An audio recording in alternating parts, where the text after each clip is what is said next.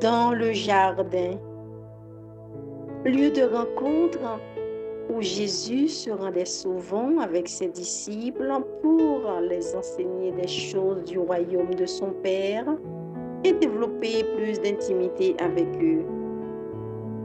L'un des siens, nommé Judas, va le trahir en l'identifiant par un baiser à la cohorte et des huissiers qui étaient venus pour se saisir de lui. La voix de Jésus résonne dans le 18e chapitre de Jean.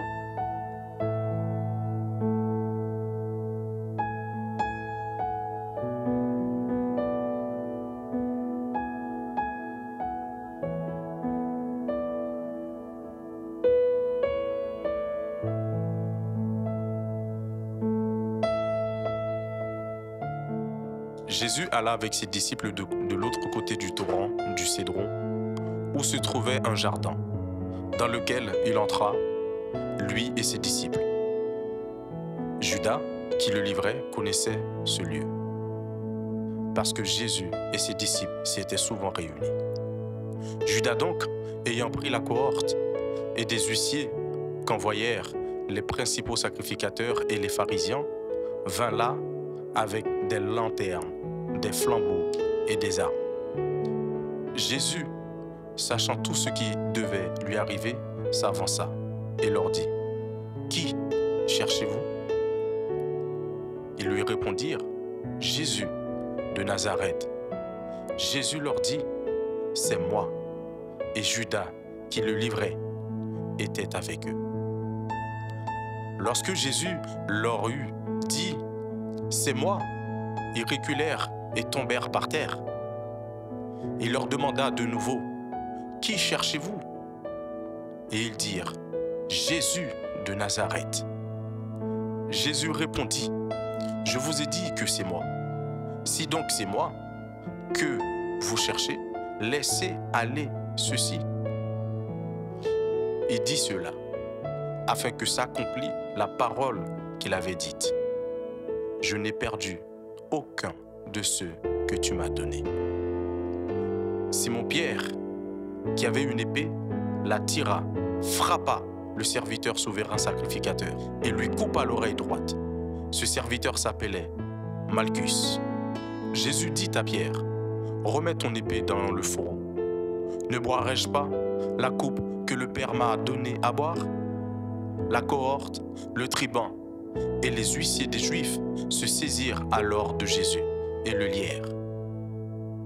Ils l'emmenèrent d'abord chez Anne, car il était le beau-père de Caïphe, qui était souverain sacrificateur cette année-là. Et Caïphe était celui qui avait donné ce conseil aux Juifs: il est avantageux qu'un seul homme meure pour le peuple. Simon-Pierre, avec un autre disciple, suivait Jésus. Ce disciple était connu du souverain sacrificateur, et il entra avec Jésus dans la cour du souverain sacrificateur. Mais Pierre resta dehors près de la porte. L'autre disciple, qui était connu du souverain sacrificateur, sortit, parla à la portière et fit entrer Pierre. Alors la servante, la portière, dit à Pierre: « Toi aussi, n'es-tu pas des disciples de cet homme ?» Il dit: « Je n'en suis point. »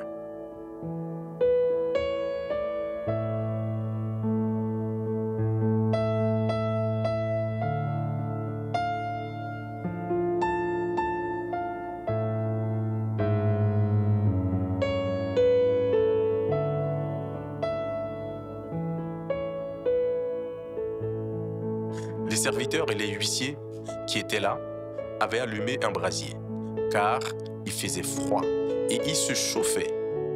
Pierre se tenait avec eux et se chauffait.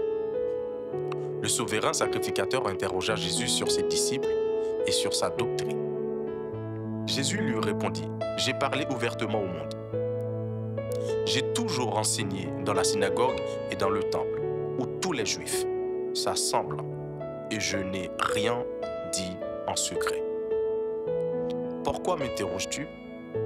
Interroge sur ce que je leur ai dit ceux qui m'ont entendu, voici, ceux-là savent ce que j'ai dit. » À ces mots, un des huissiers qui se trouvait là donna un soufflet à Jésus en disant: « Est-ce ainsi que tu réponds au souverain sacrificateur ?»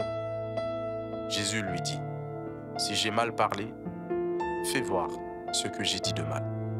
Et si j'ai bien parlé, pourquoi me frappes-tu » Anne l'envoya lié à Caïphe, le souverain sacrificateur.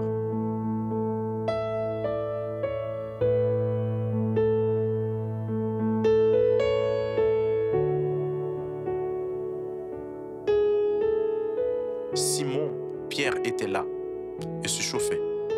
On lui dit: « Toi aussi, n'es-tu pas de ses disciples ?»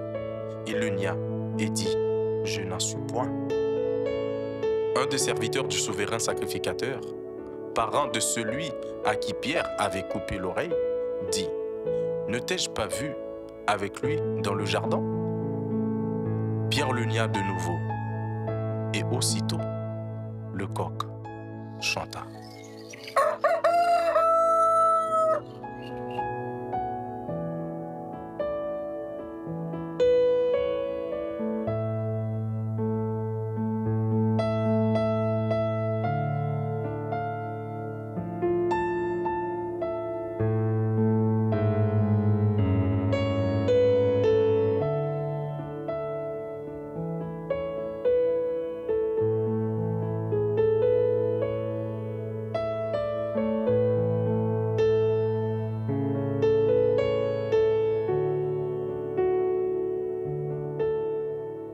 Ils conduisirent Jésus de chez Caïphe au prétoire.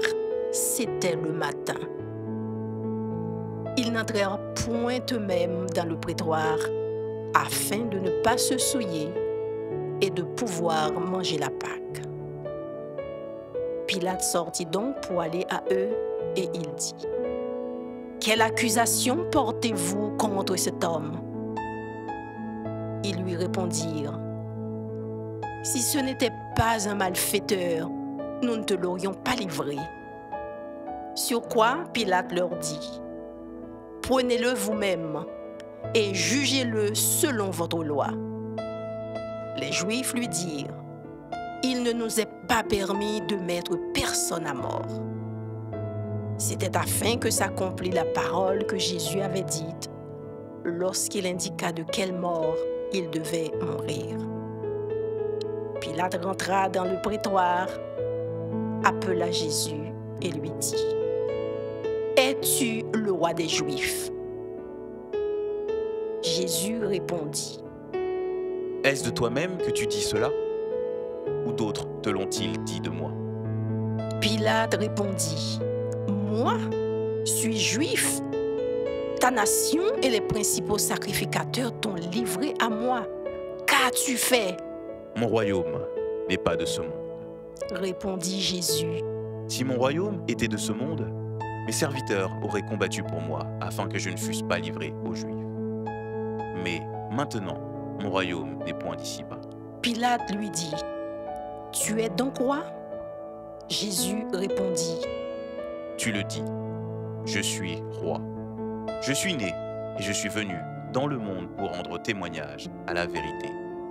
Quiconque est de la vérité, écoute ma voix. » Pilate lui dit: « Qu'est-ce que la vérité ?» Après avoir dit cela, il sortit de nouveau pour aller vers les Juifs et il leur dit: « Je ne trouve aucun crime en lui. Mais, comme c'est parmi vous une coutume que je vous relâche quelqu'un à la fête de Pâques, voulez-vous que je vous relâche le roi des Juifs ?» Alors, de nouveau, tous s'écrièrent: « Non, pas lui, mais Barabbas. » Or, Barabbas était un brigand.